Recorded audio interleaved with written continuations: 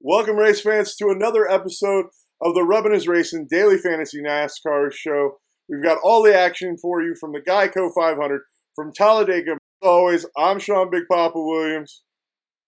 I'm Jamie, the Liehr Jet Liehr. And I'm Adrian, here with my dial-up connection.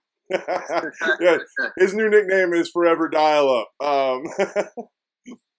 We've got a lot of interesting race action to talk about this. Guys, before we get into the track breakdown and everything, Lear's going to expand on this a little bit. But the obvious play is Dale Earnhardt Jr. He's the dominant car on the restrictor plate racing. We didn't really want to go too heavy into it because he's the obvious play everywhere and he's the most expensive driver. Odds are the winning lineup is going to have Dale Earnhardt Jr. unless you're doing a fade. So, guys, like the track history is just there. The guy dominates these races. Odds are you're going to have him as play. So we're not going to really talk a whole lot about Dale Earnhardt Jr. this week. Also, you're going to hear a little bit of difference of what we usually do with the track breakdown and statistics for each of the drivers. The real reason is because pretty much everybody runs good here unless they wreck. And that's the way the stat goes at Talladega. So there's going to be a lot of that racing action. And to give you a little bit more about the track, I think that transitions us well into the track breakdown for Mr. Liehr. Liehr, give it to us, buddy. All right, boys, good to be with you again this week for another NASCAR race. We're coming with the Geico 500 from Talladega, Alabama at Talladega Super Speedway. The track is 2.666 miles in length, 188 laps to get it done this week. It is a tri-oval shaped track with asphalt surface. Turns 1 and 2 are 33 degrees. Turns 3 and 4 are 32 degrees. This week, we are racing at one of two super speedways that we have on the NASCAR circuit. Talladega is just another staple in the NASCAR circuit as it opened up here in 1969.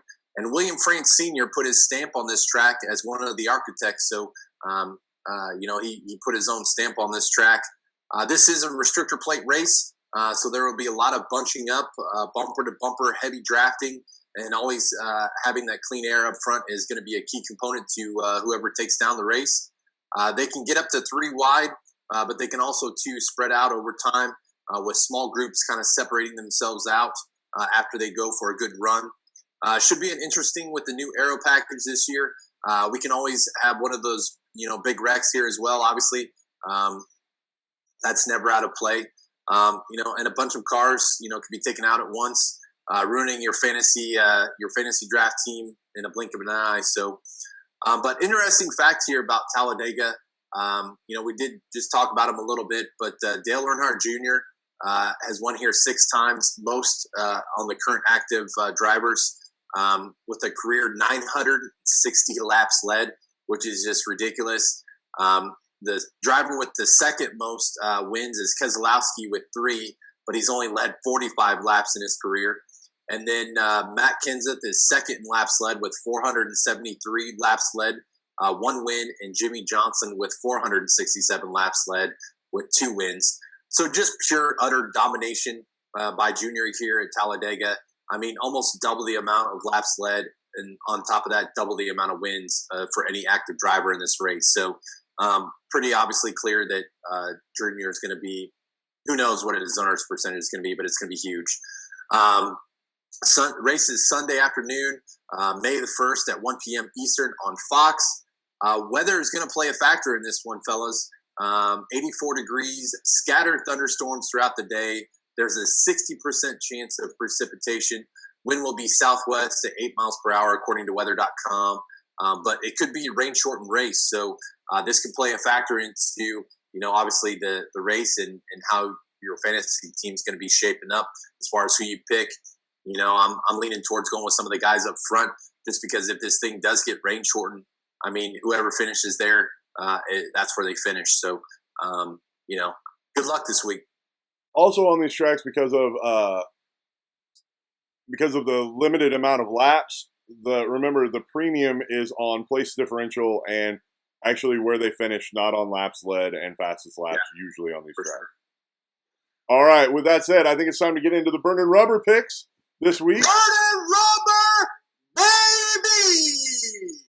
All right, we're going to kick it to Adrian now for his burning rubber pick. We haven't heard from you, Adrian, yet.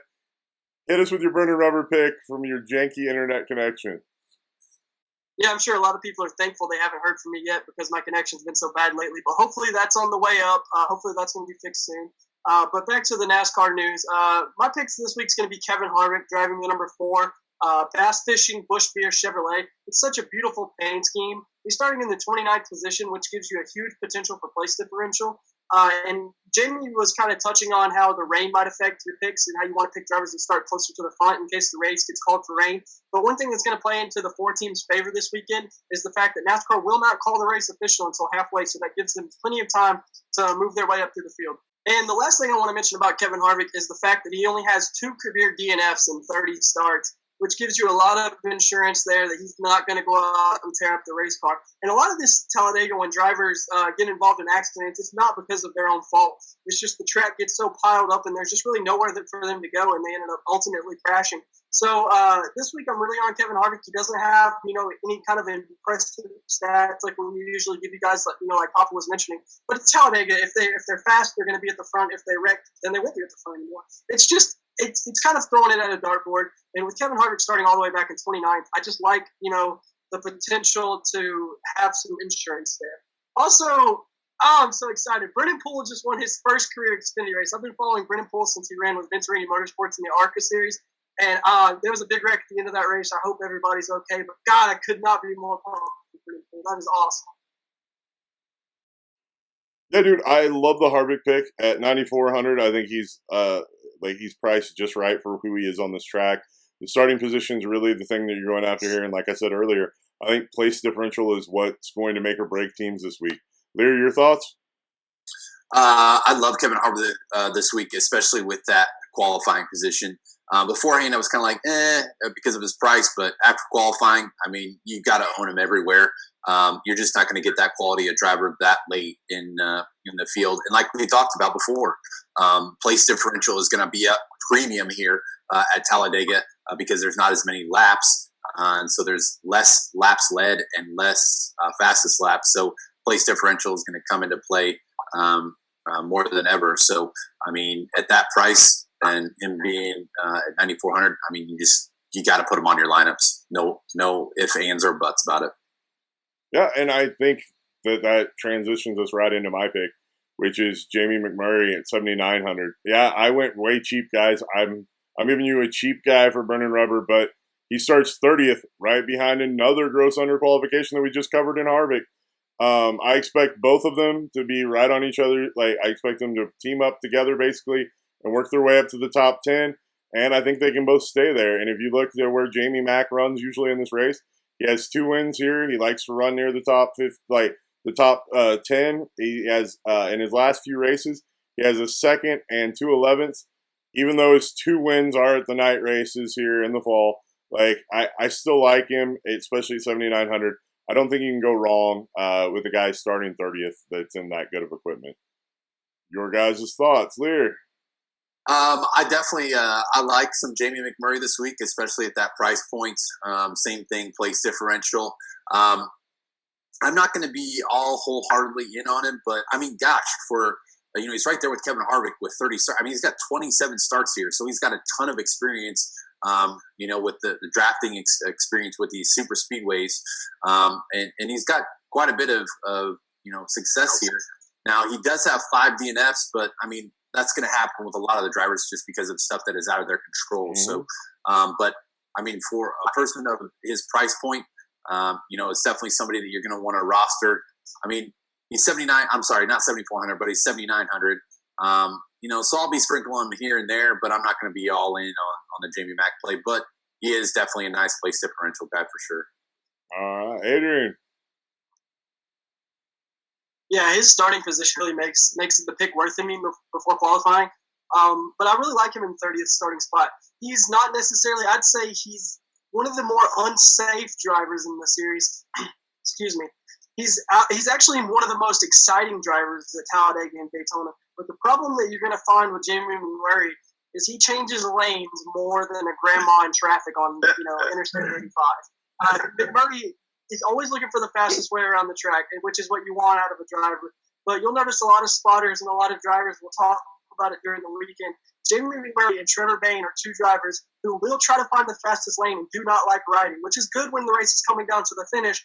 But every time you change lanes, the potential to get turned and get wrecked. So that's probably why Jamie has more DNFs than he does. But, Jamie's he's good at these tracks. In 2010, our two picks that we've given you so far, Jamie McMurray and Kevin Harvick, had a photo finish for the win here at Talladega.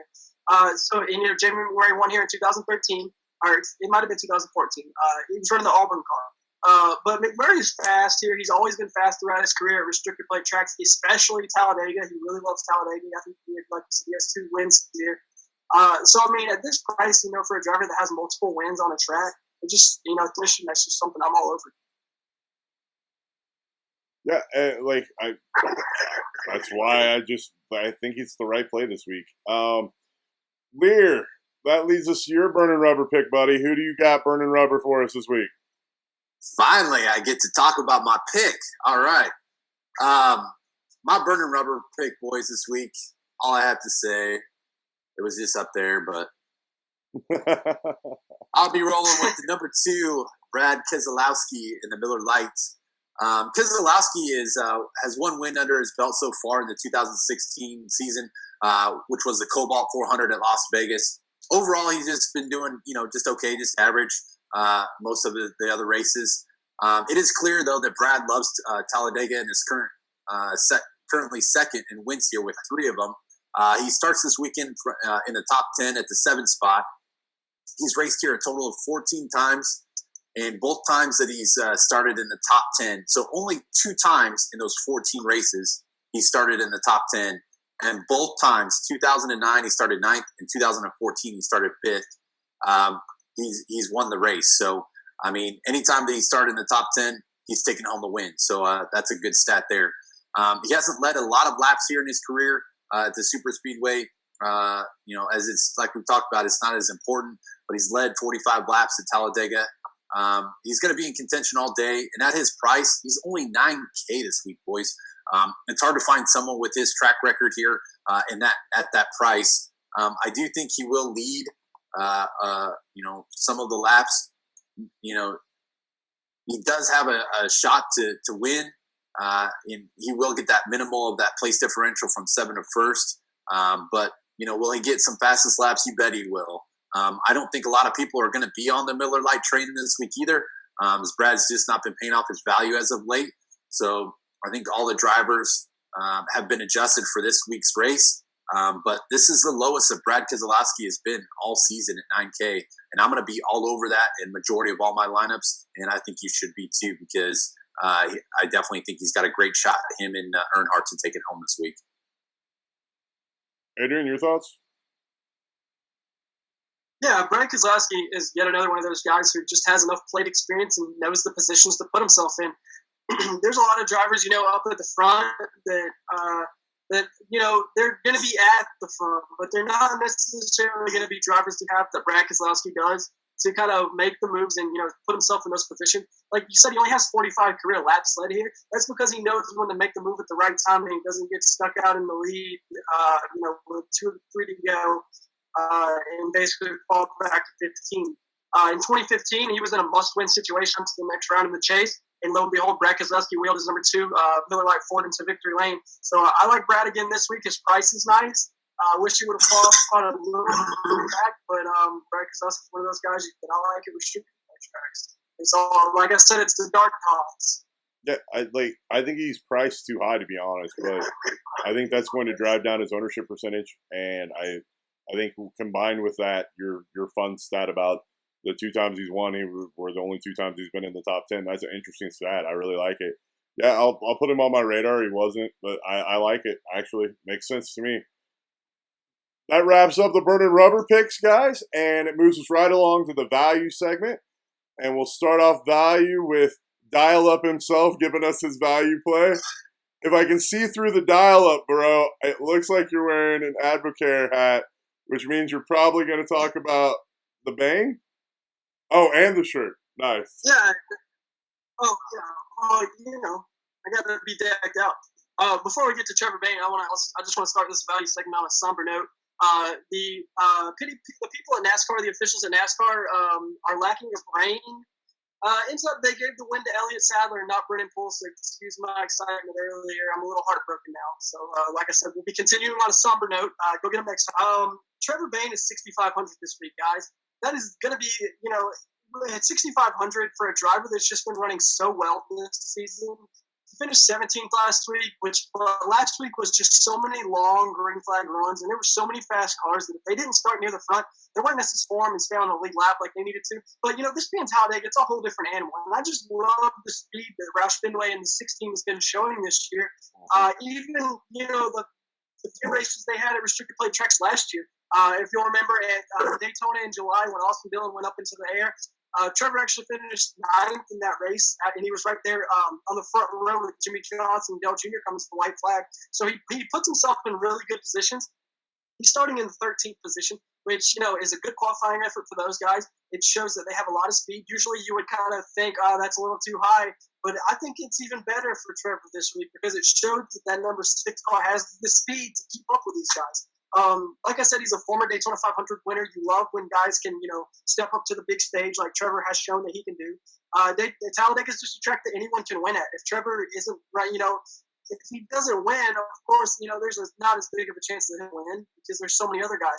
But I just think that he's one of those guys that can team all day and stay out of trouble and, pay off for you at 6,500. And Bayne loves the draft. He's talked about it many, many times and done many, many interviews.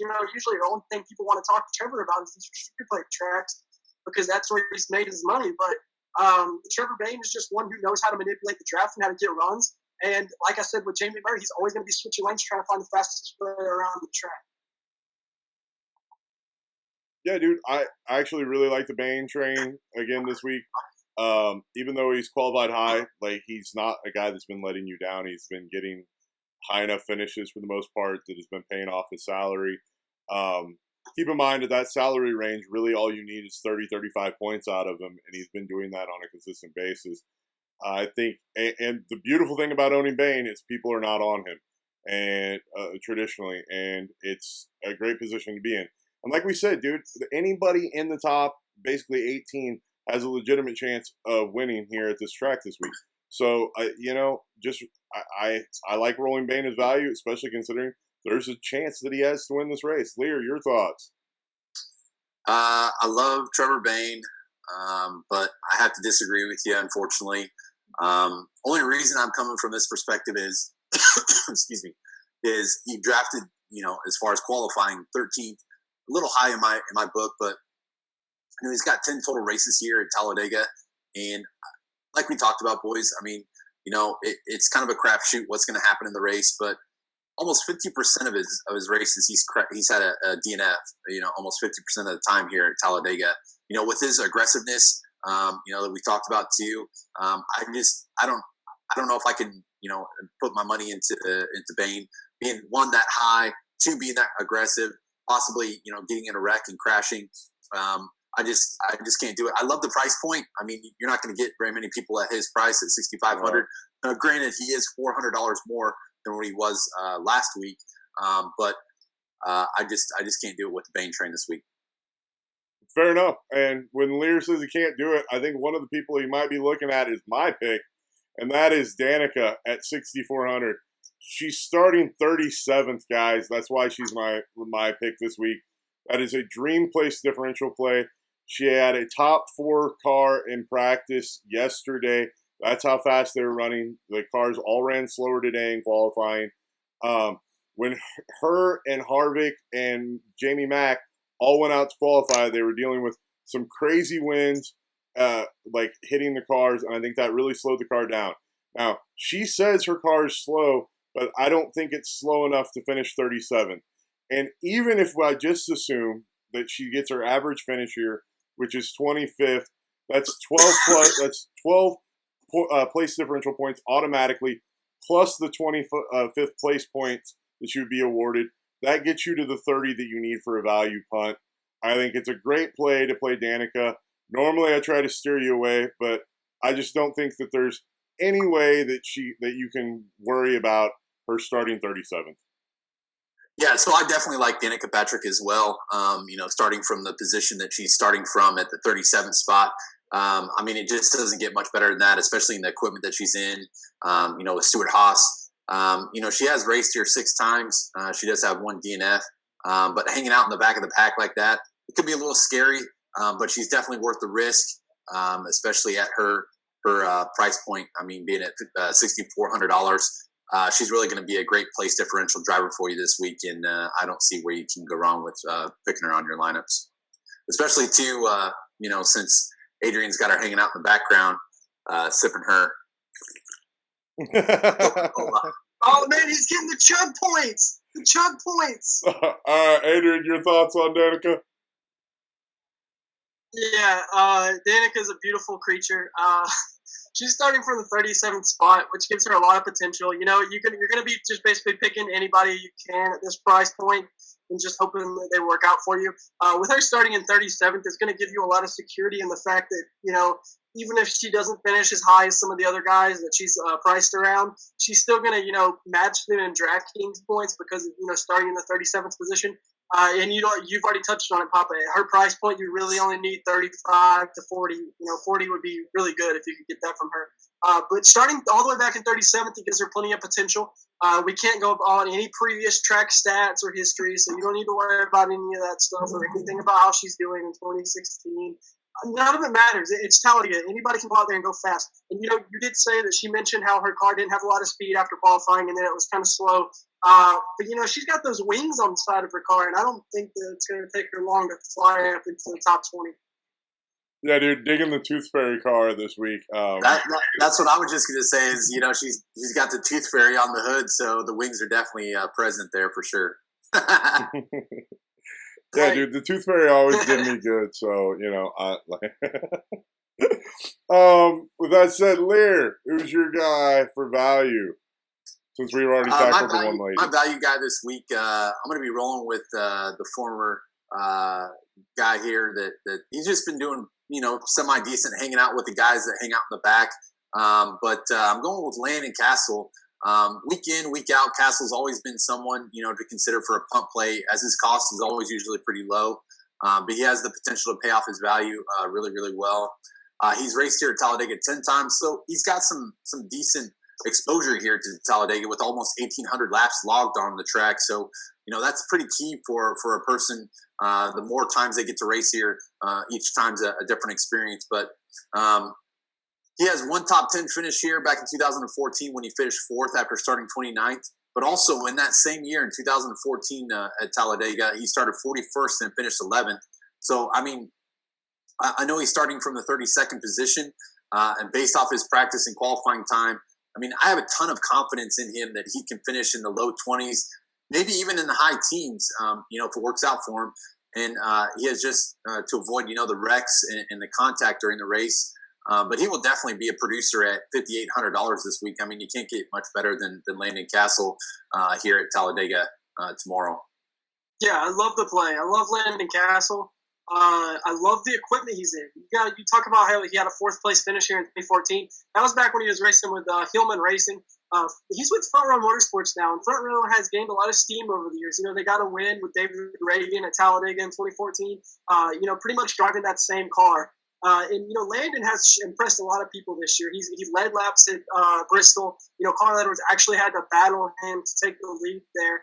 And, slow but surely Landon's, just getting what he needs out of that car. And, when you're a team like Front Row Motorsports and you have a guy like Landon Castle who can overperform in your equipment like he's done so many times this year and in past years, it just really puts a smile on the face of the team owner, Bob Jenkins, because he knows that Landon's going to go out there and get the best finish that car is capable of. And that's why I like Landon this week. Starting in 32nd at, such a low price point, he's better than any of the drivers priced below him, in my opinion. And his car is better, actually. I don't think they're Front Row a team that's priced under $6K most weeks because, they have a pretty strong alliance with Roush Fenway Racing. And I like the engine package that they have. It's going to be a lot better than some of the other teams that are coming here. We'll touch on a couple guys later that we don't really like. Just based on just the package that they're bringing in, the performance aspect of it. I think that Landon's going to be the right driver combination at this low price tag. That's going to be the salary relief you need with pretty decent equipment running for Front Row Motorsports. So I do like the play, Jim. Yeah, here's the thing. Good old dial up over there was giving us some solid info to back up Liehr's pick, but I find myself when I'm putting together lineups this week just wanting to spend $300 more to get Matt Di Benedetto, or save money and get Scott this week where he's qualified and how well he's been running. I feel like I want to do either or instead of just sitting on Castle this week at the 5,800. I don't know. That's just kind of my gut. You want to take. Okay, so you're going to save the $300 and go Brian Scott, but he's qualified in the 21st position. I mean, you're getting 11 positions with Landon Castle for $300 more in place differential, and so you're going to tell me that Brian Scott's going to finish 21st or better tomorrow? Well, he was running 4th yesterday with the practice pack, like when they were doing actual practice. I want to touch on the third. You were talking about Di Benedetto. I think that Front Row Motorsports engine package is, engine is the most important thing in Talladega. I think their engine package is miles and miles ahead of BK Racing's engine package. If BK Racing's cars can last the whole race, that's one thing. I just don't necessarily think they have the speed. David Reagan runs a BK Racing car, and he's won at Talladega before and been very fast through restricted plate tracks. He's also won at Daytona. He qualified last for this race. So I just do not have any confidence in the BK Racing cars. Matt Di Benedetto's had success over the past few weeks, but that was at tracks where the engine and the aero package did not matter. I think this weekend you're really going to see what teams, are built for these kind of races. Racing is there yet necessarily on the big tracks. No, dude, and that's solid analysis. I'm glad you said that. And we get more of your analysis, Adrian, as it's time for the Go Into the Garage segment. Which, remember, guys, this is our chance to talk trash on either the drivers, the pricing, their track history, or maybe we just have a gut feeling like Liehr often does that we don't want to touch a driver. So, with that said, Adrian, who's your guy to go to the garage this week, buddy? This week, my going to the garage is actually, somewhat of a fan favorite. But I got to say, Michael Waltrip is my going to the garage, guys. He starts in the 33rd position. He's decently priced. But you got to think about, what do drivers learn over the course of a 36-race season that not all the things that Michael knows and necessarily at restricted plate tracks are going to help him, because every single week these guys are learning how to get faster, get runs, and, what the other competition is capable of. And with Michael running 2 to 4 races a season, I just don't think that he learns those kind of games on the restarts and pit road and all those key things that are taken in one of these races. And you also have to remember that last weekend, this car was driven by Reed Sorensen. They may have put the nice Pete antifreeze and all these logos and stuff on it and put Michael Waltrip behind the wheel. But this is the same car that was over a second off the pace last weekend with Reed Sorensen driving it. And the engine sounded sour the entire race. I don't know what kind of, if any, but just the fact that that's coming out of the same shop that Reed Sorensen's cars come out of, and he's a guy that we would never consider playing. I just don't necessarily think Michael's going to have the speed in the draft. I don't think he's going to have the guys to work with him in the draft because they don't race around him every week. And one thing I don't like about Michael on these kind of tracks is he's always the bottom lane. Usually if a driver gets out front, like Dale Earnhardt Jr., he'll kind of lull the field to sleep and put everyone in a single file line. Michael's one of those drivers that won't ride. He'll jump down to the bottom and he'll be the only one down there, and then he'll go all the way to the back. I just necessarily, like I said, the experience of running every week, Michael being out of his prime, that car not being very fast, I think it's just the perfect storm of something you should stay away from. Maybe I'm wrong. What do you guys think? I mean, dude, the value's really sexy, and the fact that we've got a former winner and a guy that just knows how to race restrictor plates really well. But dude, in all honesty, the problem is the equipment he's in, man. And if he had decent equipment, I wouldn't even worry about the fact that he doesn't run but the 4 restrictor plate races, right? I wouldn't the 4 major ones. I just wouldn't worry about it. But man, the more I look at it, the more that car I don't think is up to specs, and I just don't think he's going to get it done. He is one of the smarter drivers, which he'll try to avoid stuff, and that would be where he pays off, is if there's a couple of big wrecks and he gets to steer clear. But in all honesty, that's going to pay off every bit of the back-end value unless they get caught up into it. So I don't. They're just better drivers that are more in tune to the race, in my opinion. Liehr, your thoughts? I'm right there with Adrian. I think it's a recipe for disaster with Michael Waltrip. One thing. This is his most racetrack that he's ever raced. He's raced here 59 times. But I mean, as far as that goes, for a price point of $6,300. Is that how much it costs? Yeah, $6,300. There's just way better options out there for me, and I know he's starting in the 33rd position. But for somebody like AW said, I mean, I can pick somebody else that actually is on the circuit full time versus somebody that's in the booth 98% of the time and then comes out and drives twice a year. I'm not going to take somebody and risk my winnings on somebody of that magnitude. So good luck though to you, Michael Waltrip. Wish you the best of luck. I mean, if you're looking for somebody to go out on an island for, I mean, yeah, you might plug him into a lineup or two. Just because he might be that one-time separator for you. But I can't do it. Yeah, I mean, like, if we're going to be honest and you really want the value and you're really hoping to, like, score one with one of the experienced drivers, I'd reach further down and go for Bobby Labonte, who's cheaper and frees up more money. He also starts further back. I think that's the better play. Your guys' thoughts real quick? A little bit of bonus. Adrian? Yeah, I like Bobby Labonte as a driver. Of course, he's the 2000 Sprint Cup Series champion. I don't necessarily like the car. He's in the 32 car, which is the car. If I'm not mistaken, he is in the 32, right? Yeah. Yep. Okay, yeah, that's the same car that Jeffrey Earnhardt runs every week, and that team does a great job with the tools that they have. But you put a really good driver in a bad car, it doesn't necessarily mean that car's going to go to the front. Bobby's starting in 26. I don't want to touch too much on it, but I just think it's a little too high for him. It's not there as far as, like I said, with the drivers that run every single week and learn these games, and all these drivers, even Kevin Harvick and Kyle Busch, are getting better every single week. Right. And they learn things every single week. And if these drivers don't run every week, they just don't learn the skills and tactics that it takes to get up there to the front. With Michael Waltrip, I actually think his ownership percentage is going to be surprisingly high. I do too. Because people name Michael Waltrip because he is. I think people are going to see Michael Waltrip and then see that his ownership percentage is going to be a little bit higher because people actually know the name of Michael Waltrip. I think that's what a lot of people do at DraftKings is they just pick the people they know the names of. And since everyone watching the race here's Michael in the booth and everything, and doing his grid walk, I think people are going to pick Michael just because they know him. Right on. Yeah, and I think, while we're talking about, we talked about guys that have name recognition that are not plays that you want to make this week, I think that transitions perfectly into my going to the garage pick. And that is the Stewart-Ty Dillon mess that they're going to experience this week. All right, we need to clarify a couple things. First of all, Tony Stewart will run the car to get the points for the first lap, but Ty Dillon qualified. Because they're doing the driver switch, that car then starts at the back of the pack. It is doing so Tony Stewart runs almost zero risk of getting caught up in a wreck and further injuring his back that he just had surgery on. That's what the doctors told him he had to do. The problem is because that car qualified 14th, until it gets all the way back up to 14th, and that's after the driver change, you're negative points off the get-go. And I just don't think Ty Dillon is capable enough, even in that car, to get all that distance back up, avoiding wrecks, and get back into the running and then gain you points. I think it's an easy fade.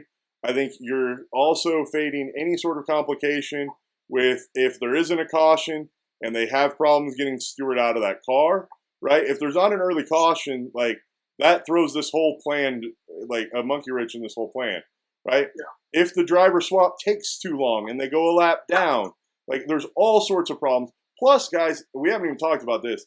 I don't know that DraftKings is honestly going to score it the way NASCAR would score it. Now, the reason why I would say this is I'm going to give you the example of football in the NFL. The NFL scores a quarterback kneel down as a team rushing stat. However, DraftKings scores a quarterback kneel down as negative rushing yards for your quarterback. With that said, I don't know how they would even score the driver swap from Tony Stewart to Ty Dillon. You might get a 0. I don't know. I don't want to risk it. Just fade the play. So I'm right there with you, Poppa. I mean, you made all pretty much the same valid points that I wanted to make, but I just can't take the opportunity or the risk to, one, take somebody that qualified, in the 14th position. Then with the driver switch, how long is that going to take? Because this is a 2.6 mile track, I don't think they will go lap down with the driver change, but I do think that it's going to take place during the competition caution because of the weather that they're going to have tomorrow. But also, his price point is ridiculous, $8,200 for Tony Stewart, who hasn't done a darn thing in 2016 because he's been hurt. Granted, yeah, he's got some history here, but he's not going to be the one racing. And then Ty Dillon's going to be jumping in there. And like you said, do we get the points for it? Don't we get the points? I don't want to put all my money in on a question mark. I'm out. Adrian. Yeah, Jamie said it perfectly. He said exactly what I wanted to say. It just seems like you're overcomplicating things to start the race off. You don't need that much stress that early in a race. If you're having to worry about how fast the driver change is going to get done, if you just pick Jamie McMurray, who's only like $200, $300 less, Jamie's not going to have to make a driver change. He's going to be right there in his starting position. DraftKings is going to score him exactly right. The big thing that is a big key here, though, you guys got to follow, everyone that's paying attention to this, you have to follow if there's going to be a competition caution in the morning. Based on the rain that gives, if it does rain before the race, that gives Tony a perfect opportunity to make that driver swap and not go a lap down. But if there's clear skies before race time, and the track still has rubber on it, that means that Tony's going to have to run and hope that there's a caution. And I don't think Tony's going to run too long before he brings that car into the pits because I don't listen to the draft. And I think that he's going to lose the draft very quickly, so they're going to have to come in and make that stop. It should only take about 90 seconds. When Denny Hamlin had to make the driver change a few years ago, it took him about 90 seconds under green flag to do that. So I don't think that they'll lose a lap if they can get it done properly, but them having that competition caution is going to be a big key. And like I said, it's just overcomplication of your lineup, just hoping that DraftKings scores it right. I just don't like it at all. I Stewart to begin with, and I just don't like this play. Guys, I want to be clear. I clocked them during practice. I don't think them actually getting in and out of the car is going to be a problem, but it could be a problem. And just to bring a little bit more light on this, NASCAR has been talking with them of how they want to address the belt issue, like getting the seatbelts off. And remember, if they do it wrong, that'll be a lap penalty that they'll have to come back in and serve through the pits. The seatbelt could get caught up. They could go down. The timing was within 50 seconds, but if any of those things happen, a seatbelt connecting a hose to the helmet to get it cooled, like the steering wheel, any of those things could happen. Heck, they could not even get the driver cage up. If that happens, they can go a lap down, and I just don't want to deal with it. I think you're just better off not messing with that. And I think that pretty much wraps up all the reasons why you don't want to deal with Tony Stewart and his expensive price tag this week. All right, just too many variables. Oh, plus, as so many people love Tony Stewart that don't follow NASCAR, I think there are going to be people that are on him and pay that ridiculous price tag thinking that he's going to be running. So, yeah. All right, Liehr, I believe it's time for you to wrap up the Going to the Garage segment, sir. Who do you got going to the garage this week, buddy? All right, boys. Guts telling me this week, rolling with Paul Menard. Menard's been below average this year. His highest output of fantasy points so far this season has been 46, and that was at another super speedway, which is Daytona, which was the first race of the season. As we know, which is another super speedway, but he started 37th and finished 18th, so he had that big, huge place differential there. His average fantasy points this year so far is 27.5. Compare that to the value guy that I have this week, which is Landon Castle, and he's at 25.8. So you're talking about almost a less than 2-point difference, but you're talking a huge salary difference between the two racers.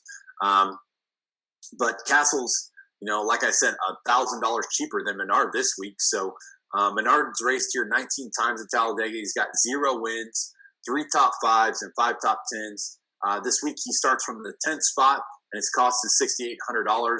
In my estimation, boys, this is a overqualification for Menard. His average finish here is 20th. Menard's not going to win the race. His only chance of getting major points this week is place differential, and he can't be a place differential guy starting from the 10th spot. Even then, even if he does do well, he's only going to maybe finish in the top right at the top 5 or outside the top 5. There's just too many other good choices this weekend to choose from. I would stay away from Paul Menard this week, and that's my recommendation. Adrian, your thoughts, one? I don't necessarily think Paul Menard's going to the garage guy this week. I definitely see this argument that Jamie's putting forward. Paul Menard starting in the 10th position. There's a lot of other guys that didn't have such good qualifying runs today that are going to be a lot better options, especially at his price. I think he should be priced at 6,300 and not 6,800, honestly, because 63 is where he's been all year. He hasn't done anything to deserve a price increase. Yeah. So I don't necessarily like to play, just based on where he's starting. But he is one of those guys that's usually up there in the top 10 if Wyatt and settled out. But he's not one guy, once everything starts to get wild and crazy, he's a guy that kind of just cracks the throw and rolls back to 20th. So I don't think he's going to be making the aggressive moves that he needs to finish in the top 5 that's going to, make him where he's that GPP play you have to have. I just necessarily think there's guys that are going to give you less of a headache come Sunday. Yeah. Look, as far as Menard goes, if he qualifies 20th, I'm game. If he qualifies 15th, I'm really thinking about it. But I mean, guys, it's just an overqualification, and I really think he's going to fall back. Worst case scenario, best case scenario, he's going to finish where he starts, and I think that's a best case scenario. And there's way better drivers, in my opinion, on this track that I would rather have. So that wraps up the Going to the Garage segment. I think we gave you 3 drivers that you clearly want to avoid for the most part. All right, everybody, now's the time for the segment of our show where we put in a lineup on the NASCAR 20K lug nut. It's a $5 contest. We're the only show in the industry that shows you an actual lineup that will be in play. And part of the reason why we do this is we don't want you to copy the lineup. We're not out there. We're not wanting to sell lineups. That's garbage. What we're trying to do is show you the right process of going through putting somebody on your lineup. So, Adrian, who's the one guy that we should start this lineup off with? Don't take it as a cop-out, but he drives the number 88 Nationwide Chevrolet. I think we have to play Dale Earnhardt Jr. That car is just too fast. Lear, your thoughts? Yeah, there's no other way to start a lineup this week. Yeah, guys, unless you're just trying to be contrarian, really, that should be your first play. It really should. Unless you're just being good old Amelia is going to, not make it through the race, and I don't want Earnhardt because of that, and try to go somewhere else. I've got a couple of those out of 10. Also, I was just going to say you have to consider about how many people are actually going to start their lineups with Dale Earnhardt Jr. We love Dale Earnhardt Jr. this week, and he's going to be on a lot of our lineups. Remember, and please do the same as us, we are going to have some lineups without Dale Earnhardt Jr. because if anything happens to that number 88, you are going to knock out at least 50-60% of the playing field. And, the odds are a lot more on your side when you don't have Dale Jr. if something happens. I wouldn't necessarily take that strategy with every driver. I just think Junior's the one you're going to take that strategy with this week and work during the Daytona 500. Yeah. And any chance you can kind of, cross on the other side of the field, I think it's a good plan just in case anything happens to you. Yeah, well, but Lear's our NASCAR cash guy, and Liehr, you would say that there's 0% chance you're doing cash games right if you don't start Earnhardt, right? Oh, exactly. In a cash game, you have to start him every single one. All right. With that said, who's the next guy, Liehr? Who do you want me to throw on this lineup for us? I think we should just reach down for some value. This to start it off to just kind of see where we play at. But my vote for the value guy, I'd like to stick basically Landon Castle in there if that works for you guys. Dude. You know what? Let's go ahead and throw him, and we'll double up value just to free up some more space, and we'll throw Danica in there too.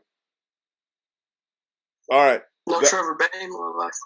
We can. We have 9,100 per driver now. No, we don't need. Yeah, you don't. I don't necessarily think we need 3. I don't think you do either this week, unless you're intentionally trying to free up. Here's the thing. With doing some lineups so far that I've done so far, you can get some pretty sweet lineups with some really named guys with just 2 kind of punts with even one major punt and then one kind of mid kind of tweak guy. Yeah, exactly. Studs, so. Exactly. the pricing's just a little bit off, in my opinion. It allows you to get to way too many lineups, in my opinion. Adrian, your thoughts? Yeah, I agree. You don't really have to reach too far into the barrel. I don't necessarily think Landon's that much of a punt play, but you got to think if you have to pick Landon Castle, there's a lot of other people that have to pick someone around that price point too to make the lineup work. But to get into our fourth pick, I think we need to put Kevin Harvick on there. Starting so far back in 29, like we said earlier, I just think his potential is so high. I agree, and to be honest, guys, like that, DraftKings is all. While we're videoing this, DraftKings is checking my location. I haven't moved anywhere, DraftKings. I'm still in a state where I can play. All right, that's awesome. That's going to be on the video. That is fabulous. All right, so we got his pick of Harvick in. Liehr, where do we go for pick number 5 on this lineup? We got 9,000 per guy left. 9,050. Honestly, from there, I think you want to take somebody that's right around that same price point. But I like the you can roll with Matt Kenseth here. You could do Brad Keselowski. One of those. I like your Keselowski play, honestly, Jamie. Yeah, dude, like you recommended it. Let's go ahead and roll with it. And that leaves 9,100. And guys, like honestly, this is beautiful. Like because I can make 4 lineups that I'm absolutely comfortable with right here. Seeing this, I can either play Kenseth, Truex, Kurt Busch, or I can even take a chance on either Austin Dillon or Chase Elliott, who qualified 1 and 2, who look really fast. Like I can put in any one of those guys, those drivers in this lineup, and I think you're okay. Don't you? Or you can even roll to make yourself even less popular. I mean, McMurray. You can throw McMurray in there and leave a lot of salary. I was looking at McMurray as soon as you said that, Jamie. Yeah, I mean, dude, and that's our recommendation. Basically, that's a lineup of all of our recommendations. I'll go ahead and put that in. At least 1,200 left over, which should be a unique lineup that gives you 2 guys coming from the back of the 4 people coming from the back of the pack and 2 guys at the front. Gender equality with our equal opportunity for gender equality play. All right, guys, that wraps up another show for the Rubbing is Racing Daily Fantasy NASCAR Show. I'll let everybody say their goodbyes. Let's do dial up first so we can get everybody out of their misery of having to watch that connection. Oh, man, it's not that bad, is it? Like I said, guys, my internet connection is going to be fixed very soon. Just bear with me. I'm trying to bring you good info so that you'll experience the bad internet connection and it'll cancel each other out. This weekend at Talladega, it's going to be a super fun, exciting race. It's going to be the best chance that Trevor Bayne has had all season to get a win. So I'm excited, and I cannot wait to watch this race. That's pretty much all I have. Thanks again for watching. Poppa will put our Twitter handles in the description. We hope you use our picks, and we hope they win your money. Thanks again, guys. Yeah, Adrian, I just want to be clear, man. Like, if your information wasn't so solid and you weren't so good at your knowledge of NASCAR, we wouldn't deal with this dial-up nonsense. Liehr, say your goodbye. I'll have it fixed before we lose all our viewers. I just want to say, at least if they don't watch the show, they're just listening to the show. At least your voice is still right on point. So, but I can't wait for this weekend. Talladega is always one of the fun races to watch. It's always action packed. I'm just hoping that we get a full race in here with no weather coming into play. But AW said, just make sure that you put in some multiple different lineups, also ones without Dale Earnhardt Jr., because just for that, percentage that he doesn't get finish the race or gets in a wreck and screws up majority of your lineups, you got to have those outs there. So, but good luck this week, everybody. Thanks for tuning in. Appreciate you guys showing the love, and make sure you YouTube subscribe, share, like us. And always that word of mouth to your NASCAR friends. Yeah, guys, thanks again for tuning in. We know you don't have to watch, but we appreciate it. We do this show for you guys. We love talking NASCAR. We love getting into love diving into the sport that we love, and hopefully we're all making money via that, diving into that information. Hopefully I'm making more money, and so are my boys. But hopefully we're all making money and all learning how to play NASCAR better and be more profitable. With that said, guys, thanks again for tuning in. We'll be back next week with some special stuff from Kansas Speedway, as Liehr and I have cold passes, so we'll be able to do some really cool stuff from the garages, thanks to a hookup from our boy Adrian, the dial-up connection Woodruff. And you guys have a great week. Bye, everybody. Have a great weekend, everybody.